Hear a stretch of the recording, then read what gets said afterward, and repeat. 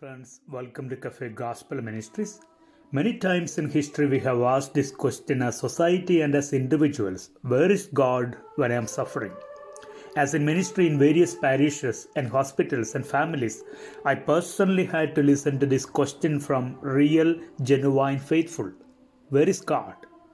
In history, at the time of plague, the famine, the wars on the face of Nazi concentration camps, and recently, during the pandemic, we have repeatedly asked or heard this question, "Oh God, where are you?"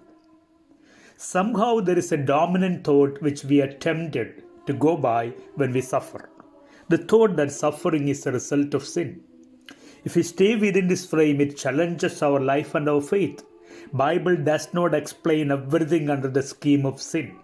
Read the book of Job. Everyone labels him under sin, and only Job and God understand the mystery of it. In most of the cases, when the question on suffering is raised, we try to disconnect and detach God from our circle. But the gospel is trying to answer. God is suffering with us and identifies in compassion. In John chapter 9:2, where the disciples ask Jesus, "Rabbi, who sinned, this man or his parents, that he was born blind?"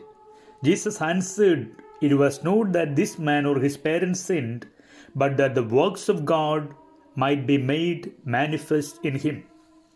In John 11, the three siblings, Martha, Mary, and Lazarus, Jesus joins with the weeping family and friends. Jesus stays within their emotions to console them. In Zephaniah chapter 3:17, he will rejoice over you with a singing. A God who weeps with you, a God who rejoices with you. God identifies with the suffering humanity. In Matthew chapter 25, "I was hungry." Not they, not you, but I was hungry, I was sick, and I was in prison. To Saul, who persecuted the community, he asked, "Why do you persecute me?" Christianity is not a spirituality of detachment, but a life lived in God's plan. He asks us to take up your cross and follow me. Suffering is not an evidence against God, but it is a sure means of transformation in Christian life. Jesus says, "Enter through the narrow gates." Peter and Judas both were invited to walk in this path. One transformed and the other walked out. The word of God in Hebrew speaks, suffering is part of your training.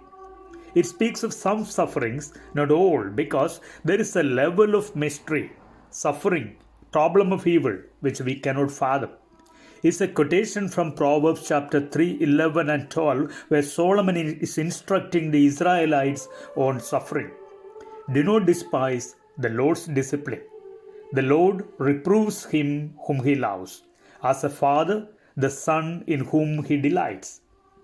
The author gives it as a reminder to the Jewish Christians. Certain sufferings are formative or transformative in life. At no situation God stands detached from us. He stays with us with a father's heart. Friends, the suffering and the problem of evil always remain as a mystery that belongs at a higher level. No one can explain it fully or solve it fully. The Word of God speaks to us. There is an aspect of suffering which can be formative in our life.